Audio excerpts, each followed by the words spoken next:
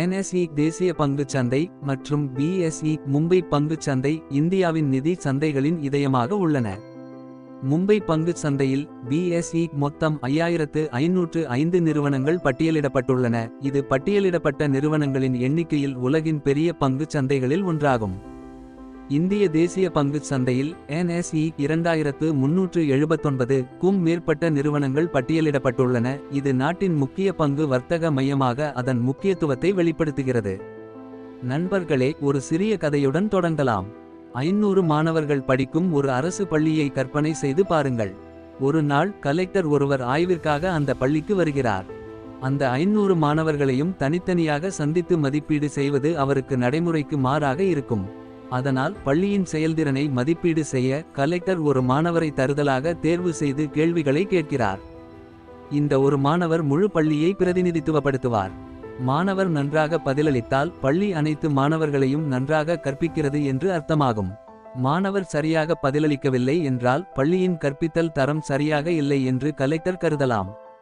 இந்த செயல்முறை ஒரு சிறு பகுதியை மாணவர் பயன்படுத்தி முழுவதையும் பள்ளி மதிப்பீடு செய்வதை காட்டுகிறது. இதேபோல் பல சூழல்களில் ஒரு பெரிய குழுவை மதிப்பீடு செய்ய அல்லது பிரதிநிதித்துவப்படுத்த மாதிரிகளை பயன்படுத்துகிறோம்.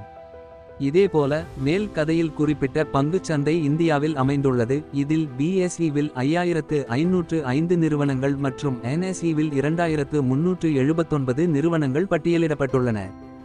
பங்குச் சந்தை உயர்வில் அப்ட்ரெண்ட், குறைவில் டவுன்ட்ரெண்ட் அல்லது ஓர்வழி சலனத்தில் சைட்வேஸ் மூவ்மெண்ட் உள்ளதா என்பதை கண்டறிவது ஒரு குறிப்பிட்ட காலகட்டத்தில் விலைகளின் இயக்கங்கள், பரிவைகள் மற்றும் பல சந்தை குறிப்புகளை பகுப்பாய்வு செய்வதை அடிப்படையாக கொண்டுள்ளது. ஒவ்வொரு நிறுவனத்தின் செயல்திறனையும் தனித்தனியாக ஆய்வு செய்வது நடைமுறைக்கு மாறானது. ஆகவே வர்த்தகர்கள் மற்றும் முதலீட்டாளர்கள் பொதுவாக கீழ்க்கண்டவற்றை நம்புகிறார்கள். குறியீட்டு செயல்திறன் இண்டெக்ஸ் பர்ஃபார்மன்ஸ். BSE சென்செக்ஸ் மற்றும் NSE நிஃப்டி 50 போன்ற முக்கிய குறியீடுகளை பார்வையிடுதல். இவை முன்னணி நிறுவனங்களின் செயல்திறனை வெளிப்படுத்துகின்றன, சந்தையின் திசையும் உணர்வையும் விரைவாக புரிந்து கொள்ள உதவுகின்றன. ஒரு முன்னோடி குறியீட்டை பெஞ்ச்மார்க் இண்டெக்ஸ் உருவாக்க பல்வேறு துறைகளைச் சேர்ந்த சிறந்த செயல்திறன் கொண்ட நிறுவனங்களை தேர்வு செய்கிறார்கள். இந்த நிறுவனங்கள் பொதுவாக தங்கள் துறைகளில் முன்னணி நிலையிலிருந்தும் சந்தையின் பொது உடல்நலத்தை மார்க்கெட் ஹெல்த் பிரதிநிதித்துவப்படுத்துகின்றன. உதாரணத்திற்கு IT sector TCS, Wipro, L&T, HCL போன்றவை. Banking sector HDFC Bank, ICICI Bank, SBI போன்றவை. Oil and energy sector Reliance Industries, ONGC போன்றவை. Finance sector Bajaj Finance, Jio Finance போன்றவை. Pharma sector Sun Pharma, Divi's Laboratories, Cipla போன்றவை. இந்த முக்கிய நிறுவனங்களை ஒவ்வொரு துறையிலிருந்தும் தேர்வு செய்வதன் மூலம் குறியீடு இண்டெக்ஸ் சந்தையின் சமநிலையான பிரதிநிதியாக மாறுகிறது. இது முதலீட்டாளர்களுக்கு சந்தையின் பொது செயல்திறனை புரிந்துகொள்ள ஒரு நம்பகமான குறிப்பை வழங்குகிறது. இதுவே நிஃப்டி 50, நிஃப்டி 50 அல்லது சென்செக்ஸ் போன்ற குறியீடுகள் பரவலாக கண்காணிக்கப்படுவதற்கான காரணமாகும். இவை சந்தையின் இயக்கங்களை ஒரே முன்னோடி குறியீட்டில் பெஞ்ச்மார்க் ஒருங்கிணைக்கின்றன. அவர்கள் முன்னணி 50 நிறுவனங்களை தேர்ந்தெடுத்து ஒரு குறியீட்டை இண்டெக்ஸ் உருவாக்குவார்கள். இந்த குறியீட்டை பயன்படுத்தி சந்தை உயர்வில் இருக்கிறதா, குறைவில் இருக்கிறதா அல்லது மாறாமல் இருக்கிறதா என்பதை தொடர்ந்து சந்தையின் வளர்ச்சியையும் நம்மால் புரிந்து கொள்ள முடியும். இந்த தேசிய பங்குச் சந்தை நேஷனல் ஸ்டாக் எக்ஸ்சேஞ்ச் நன்றாக செயல்படுகின்ற முன்னணி 50 நிறுவனங்களை முன்னோடியாக பெஞ்ச்மார்க் தேர்ந்தெடுக்கிறது. இதற்கு தேசிய பங்குச் சந்தை குறியீடு 50 நேஷனல் ஸ்டாக் எக்ஸ்சேஞ்ச் இண்டெக்ஸ் 50 என்று அழைக்கப்படுகிறது. மேலும் இதை நாங்கள் நிஃப்டி என குறிப்பிடுகிறோம்.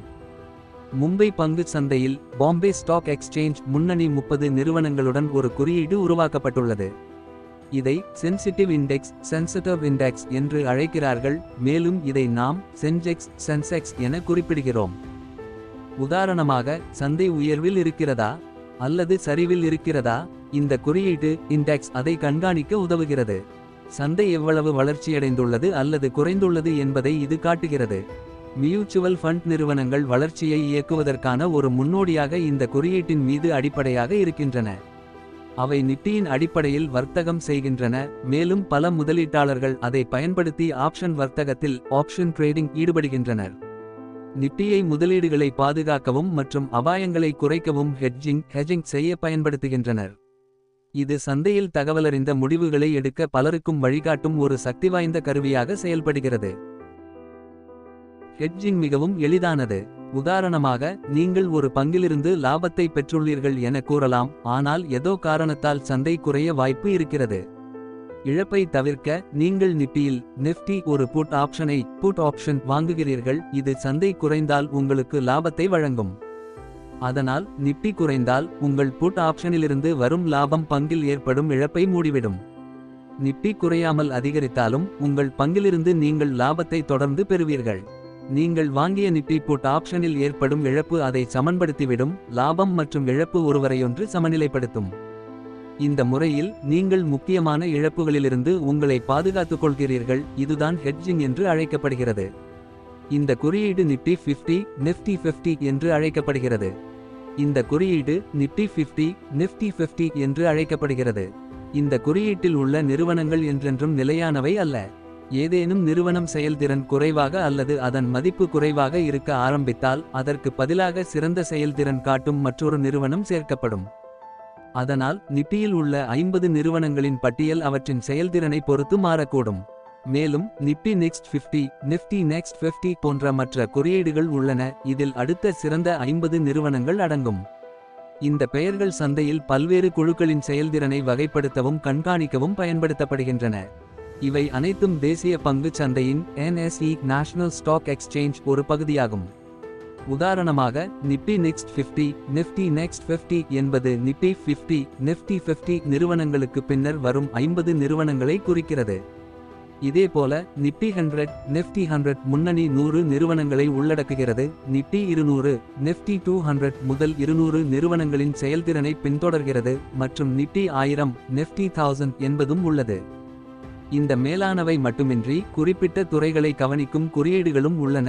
எடுத்துக்காட்டாக, வங்கி பேங்க் நிஃப்டி வங்கி துறையை பின்தொடர்கிறது. நிஃப்டி ஐடி தகவல் தொழில்நுட்பத் துறையை பின்தொடர்கிறது. நிஃப்டி மீடியா ஊடகத் துறையை பின்தொடர்கிறது. நிஃப்டி ஹெல்த் மருத்துவத் துறையை பின்தொடர்கிறது. நிஃப்டி கன்ஸ்ட்ரக்ஷன் கட்டுமானத் துறையை பின்தொடர்கிறது. நிஃப்டி நிதி சேவைகள் நிஃப்டி ஃபைனான்ஷியல் சர்வீசஸ் நிதி சேவைகளை பின்தொடர்கிறது. இந்த துறை சார்ந்த குறியீடுகள் செக்டர் ஸ்பெசிபிக் இண்டெக்ஸஸ் முதலீட்டாளர்களுக்கு குறிப்பிட்ட துறைகளின் செயல்திறனை பின்தொடரவும் புரிந்துகொள்வதற்கும் உதவுகின்றன. பொதுவாக நிஃப்டியை தாண்டி பார்த்தால் நாங்கள் பெரும்பாலும் பேங்க் நிஃப்டி வர்த்தகத்தில் ஈடுபடுவோம். ஆனால் அதில் இறங்குவதற்கு முன் இந்த சேனலில் நாம் முக்கியமாக ஆப்ஷன் வர்த்தகம் ஆப்ஷன்ஸ் ட்ரேடிங் பற்றி பேசப் போகிறோம்.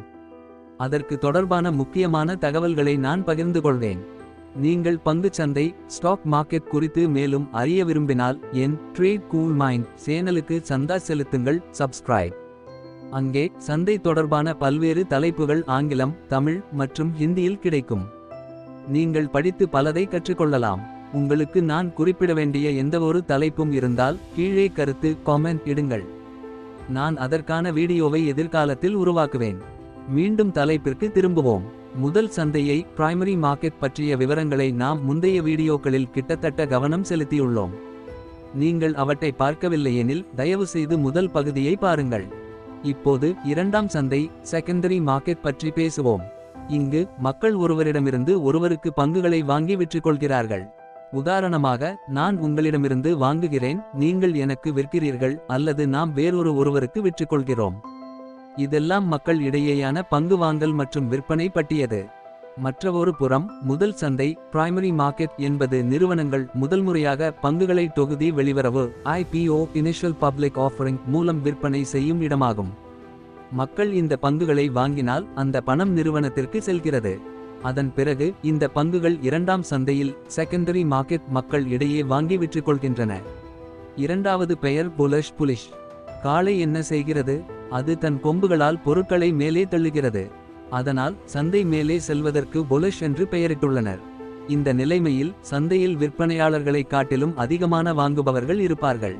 இவர்கள் போல்ஸ் காளைகள் என அழைக்கப்படுகின்றனர். அதேபோல் பெரிஷ் என்னும் உள்ளது. கரடி என்ன செய்கிறது? அது தனது மூக்கு மற்றும் கால் மூலம் பொருட்களை கீழே தள்ளுகிறது. அதை போலவே சந்தை கீழே சரிந்தால் அதை பெரிஷ் என்று அழைக்கின்றனர். இந்த ட்ரெண்ட் சந்தை கீழே சரிந்தாலை காட்டுகிறது. சந்தையை சரிந்திட எனக்கு எதிர்பார்ப்பு உள்ள விற்பனையாளர்கள் பேர்ஸ் கரடிகள் என்று அழைக்கப்படுகின்றனர். நீங்கள் இதில் காளை அல்லது கரடி என்று. இது சூழ்நிலை அடிப்படையில் இருக்கும். சந்தை மேலே செல்கிறது என்று நினைத்து வாங்கினால் நாங்கள் புல்லஷ். சந்தை கீழே சரிவதற்கு எதிர்பார்ப்புடன் விற்றால் நாங்கள் பேரஷ். எளிதில் பேசும்போது வாங்குபவர்களின் எண்ணிக்கை விற்பனையாளர்களை விட அதிகமாக இருக்கும் போது சந்தை மேலே செல்லும். இதற்கு புலிஷ் என்று சொல்லப்படுகிறது. விற்பனையாளர்கள் எண்ணிக்கை வாங்குபவர்களை விட அதிகமாக இருக்கும் போது சந்தை கீழே செல்கிறது. இதற்கு பெரிஷ் என்று சொல்லப்படுகிறது. மற்றுமொரு வார்த்தையில் சொன்னால் சந்தை உயர்ந்தால் புலிஷ், சரிந்தால் பேரஷ். அடுத்த முக்கிய வார்த்தை ட்ரெண்ட். சந்தை மேலே செல்லும் போது அதை அப் ட்ரெண்ட் என்று சொல்கின்றனர். அல்லது சந்தை கீழே சரிந்து வரும்போது அதை டவுன் ட்ரெண்ட் என்று கூறுகிறார்கள். அல்லது சந்தை மிகச் சிறிய நகர்விலாக சைட்வேஸ் நகரும் போது அதனை சைட்வேஸ் ரேஞ்ச் பவுண்ட் அழைக்கின்றனர். சைட்வேஸ் ட்ரெண்ட் அதிக வெற்றியை பெற முடியாது. இது குறித்து அடுத்து காணொளியில் பார்க்கப் போகிறோம். மூன்றாம் கன்செப்ட் வால்யூம் பற்றி பார்க்கப் போகிறோம். இதை எளிதாக விளக்கிக் கொடுக்கிறேன். தலா ஒருவரால் காலை 9:30 AM இல் 500 ரூபாயில் 100 பங்குகளை விற்பனையின் ஆர்டர் போட்டுவிட்டார். அப்போது ஒரு வாங்குபவர் A 60 பங்குகளை, மற்றொரு வாங்குபவர் B 40 பங்குகளை அந்தவே விலைக்கு வாங்க விரும்பினார்கள். சந்தை இந்த ஆர்டர்களை இணைத்ததில் இந்த டீல் நொடியிலேயே முடிவடைந்தது. அங்கு காலை 9:30 AM இல் வெளியிடப்படும் வால்யூம் 100 ஆக இருக்கும். ஏனெனில் அப்போது 100 பங்கு விற்பனையாகி இருந்தது. சிலரால் 100 பங்கு விற்கப்பட்டன, 100 பங்கு வாங்கப்பட்டன என்று தக்கவைத்து வால்யூம் 200 ஆக இருக்க வேண்டும் என்று நினைக்கப்படுகிறதே. இது தவறு. வால்யூம் என்பது ஒரு குறிப்பிட்ட நேரத்தில் நிறைய பங்குகள் விற்பனை செய்யப்படும்போது மட்டுமே கணக்கிடப்படுகிறது. அதுவே இங்கு 100 ஆகும். எளிய சொல்லிலும் வால்யூம் என்பது ஒரு குறிப்பிட்ட நேரத்தில் நிகழ்ந்த அனைத்து பங்குகளின் விற்பனை கணக்காகும். அடுத்த வீடியோவில் பங்குச் சந்தையில் பயன்படுத்தப்படும் மேலும் முக்கியமான சொற்கள் பற்றிய விவாதத்தை பார்க்கப் போகிறோம். மேலும் அப்டேட்டுகளுக்கு இந்த சேனலை பின்தொடருங்கள். நான் உங்கள் குமாரேஷ். இது